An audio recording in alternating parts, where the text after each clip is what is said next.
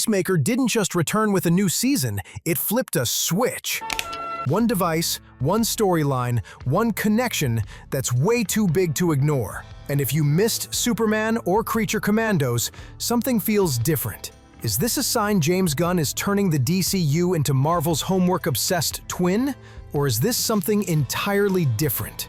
When James Gunn and Peter Safran took over DC Studios in late 2022, they promised a clean slate with a fresh start, and they teased something that sounded almost too good to be true.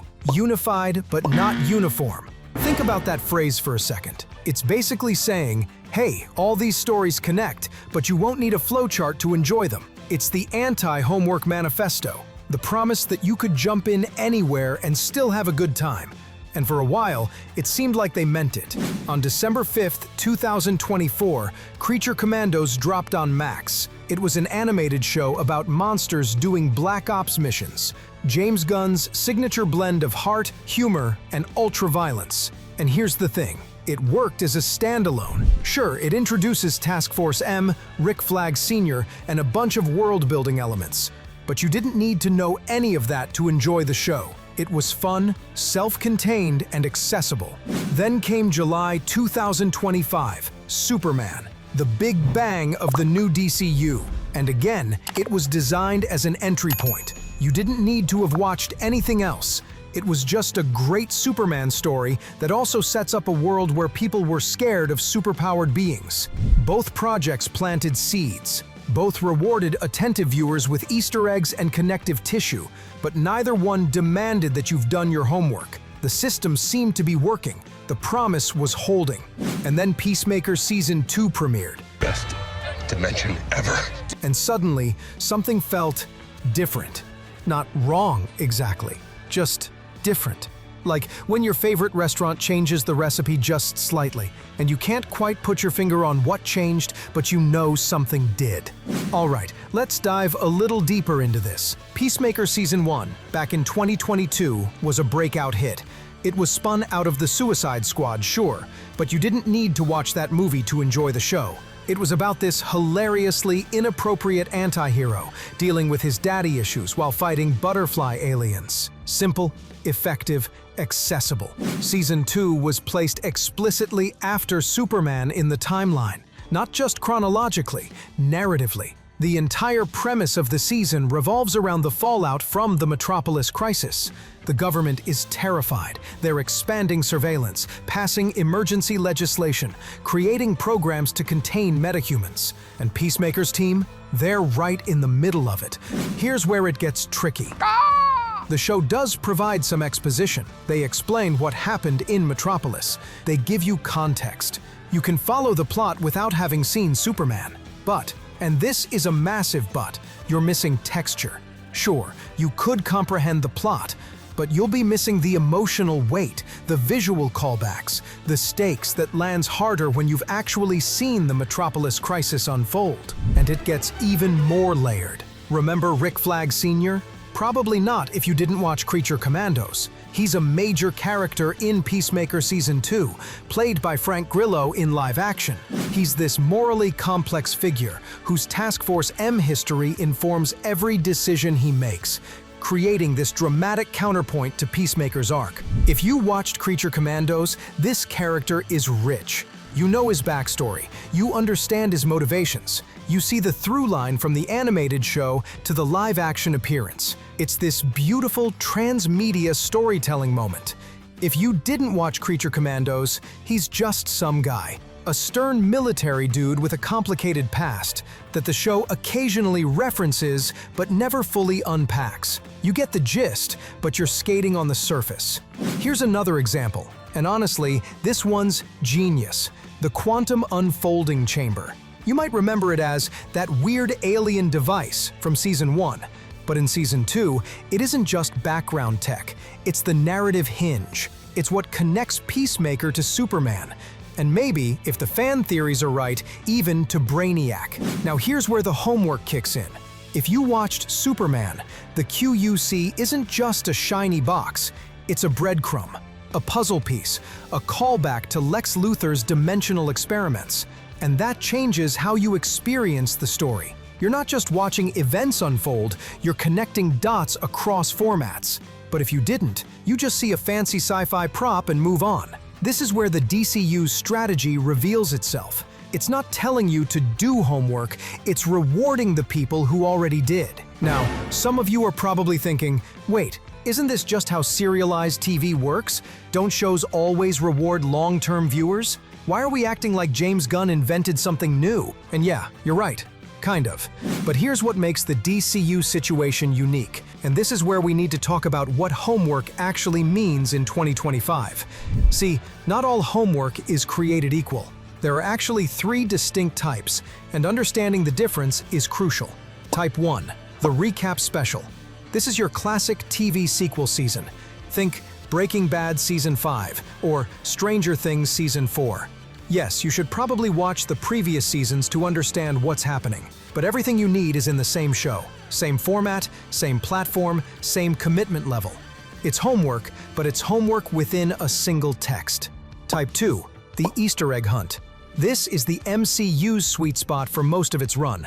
Individual movies were self-contained, but they had references, cameos, and post-credit scenes that rewarded franchise investment. You could enjoy Thor Ragnarok without having seen Doctor Strange, but you got extra joy if you caught all the callbacks. The homework was optional, a bonus dessert, not the main course.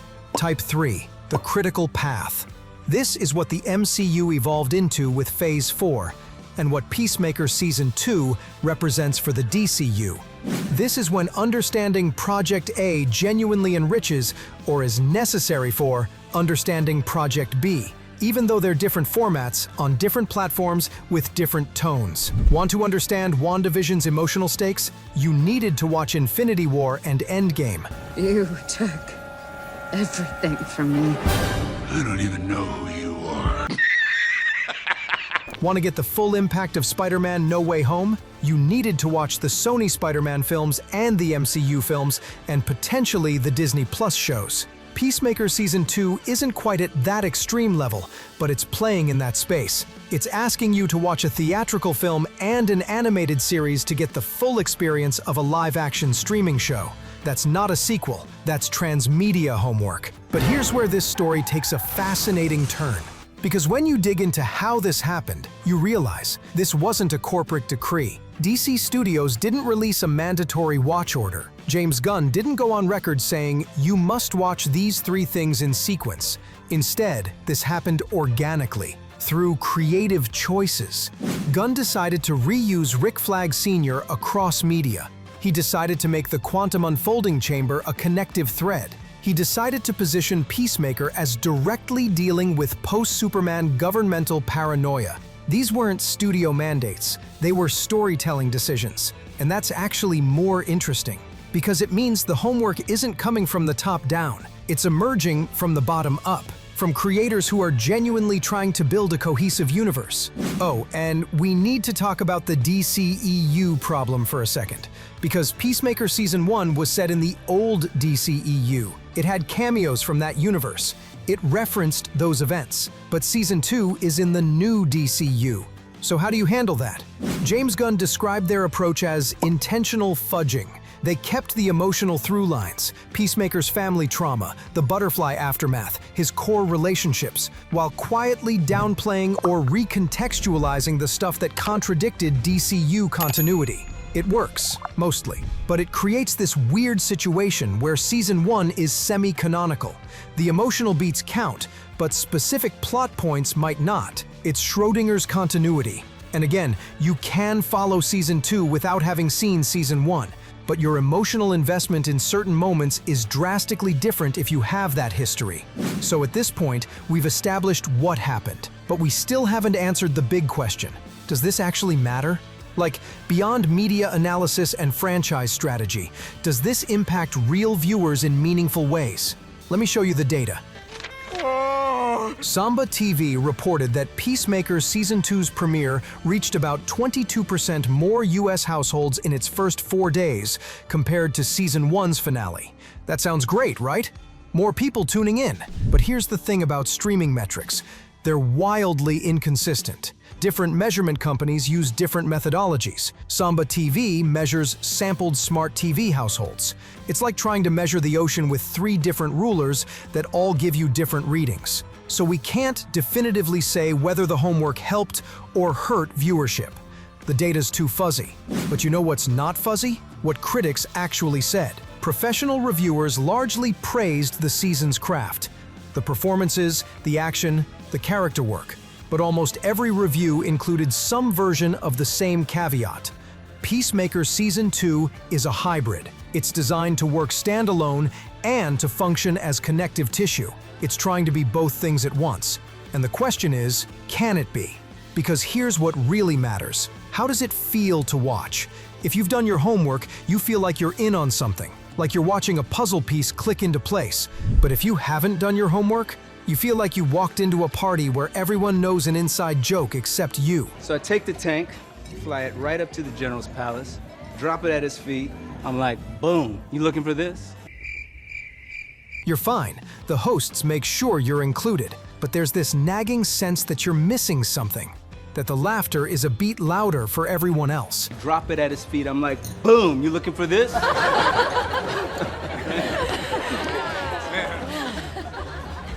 Neither feeling is wrong, but they're drastically different experiences of the same piece of media.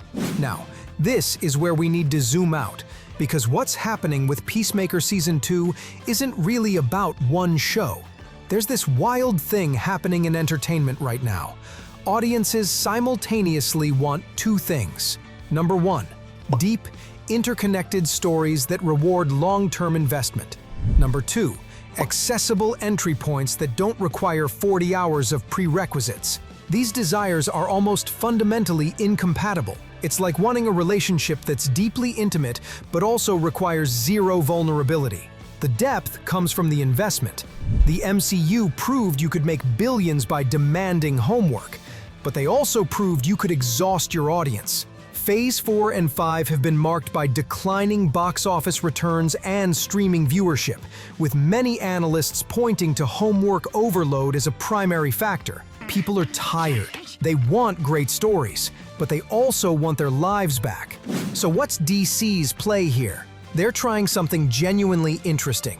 Create a critical path without announcing it. Think about that strategy for a second. Instead of telling viewers, you must watch A, then B, then C, they're just making A, B, and C naturally enrich each other. They're letting the homework emerge organically from good storytelling, rather than mandating it from the top. It's either brilliant or disastrous, depending on execution. If it works, you get a universe that feels cohesive and rewarding for invested fans while still being accessible to newcomers. The best of both worlds. If it fails, you get the worst of both worlds. Casual viewers feel lost, and hardcore fans complain that the connections aren't tight enough. Peacemaker Season 2 is the test case, and the results are mixed. But zoom out even further, and you see that this isn't just about DC or Marvel. It's about how we consume stories now. We're in an era where binge-watching is normal, where people routinely commit to 50-plus-hour video game narratives, where book series with a dozen entries top bestseller lists, where podcasts run for hundreds of episodes, and listeners stay subscribed. Modern audiences can handle homework. They've proven it. The question is, what kind of homework are they willing to do? Homework within a single format? Usually fine. Most people will watch previous seasons of a show before starting the new one. Homework across formats? That's trickier. Are people willing to watch an animated show to understand a live-action show, to watch a movie to understand a TV series? Some will, many won't.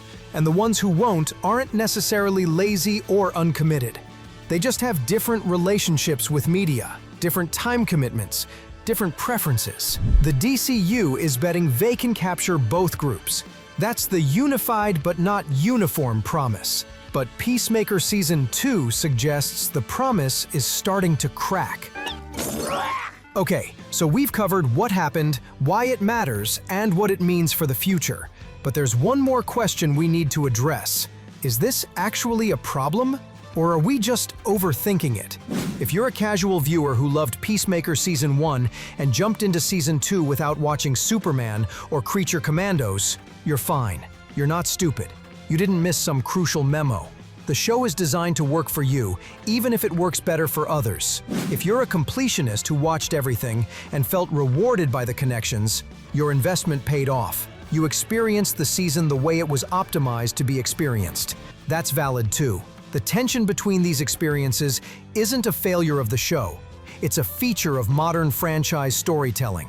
We're in a transitional period where studios are figuring out how much interconnection audiences will tolerate. And here's the beautiful, frustrating truth. There's no perfect answer. So, did Peacemaker Season 2 officially make the DCU require homework? Technically, no. There's no studio mandate, no official watch order, no explicit requirement. Functionally, yes.